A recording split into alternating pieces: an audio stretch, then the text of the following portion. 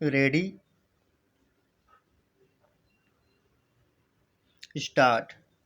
The difference in the concept of joint tenancy and tenancy in common has again been considered and explained in detail in Harish Tandon (Supra), a three-judge bench of Apex Court, considered this question.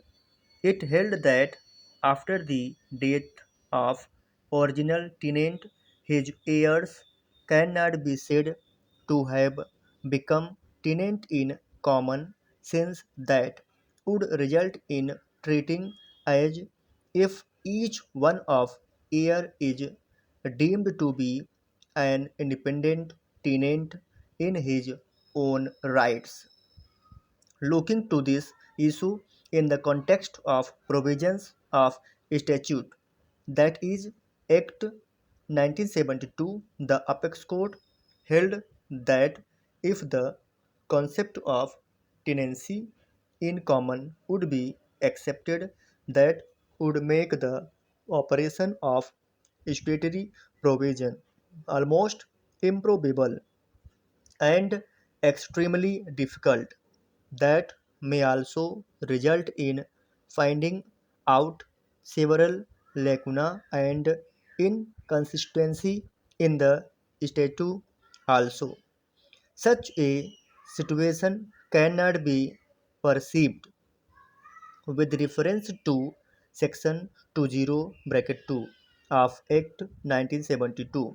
The court discussed various grounds on which the landlord has been given a right to seek ejectment of tenant from a building and held that concept of tenancy in common shall render application of various provisions improbable.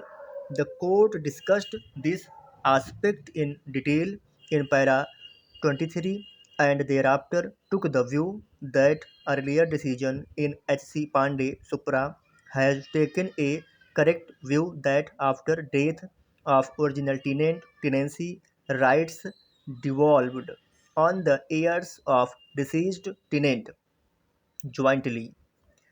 The incidence of tenancy is same as those enjoyed by original tenant. It is a single tenancy which devolves on the heirs. There is no division of premises or of rent payable therefore. The heirs succeed to the tenancy as joint tenants.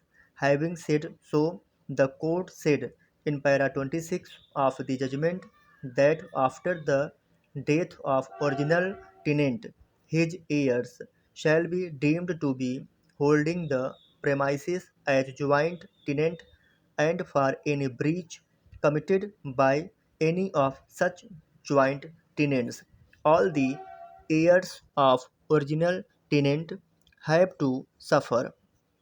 They cannot take a plea that unless a ground for eviction is established individually against each of them, they cannot be evicted from the disputed premises.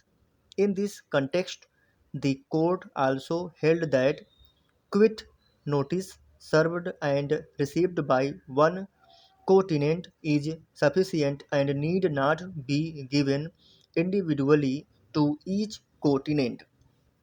Para.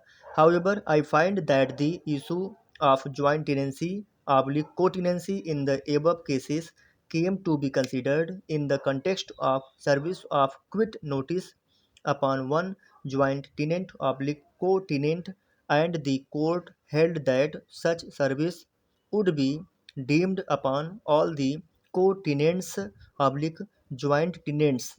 The question whether in a suit for eviction all co-tenants oblique joint tenant must be impleaded or not, and if one or more are not impleaded, what shall be the effect was not the issue directly in consideration before the apex court either in H.C. Pandey (Supra) and Harish Tandon (Supra) Para. The issue appears to have been considered in Textile Association (India) Bombay Unit versus Balmohan Gopal Kurup and another AIR 1990 SC 2053 Full Stop.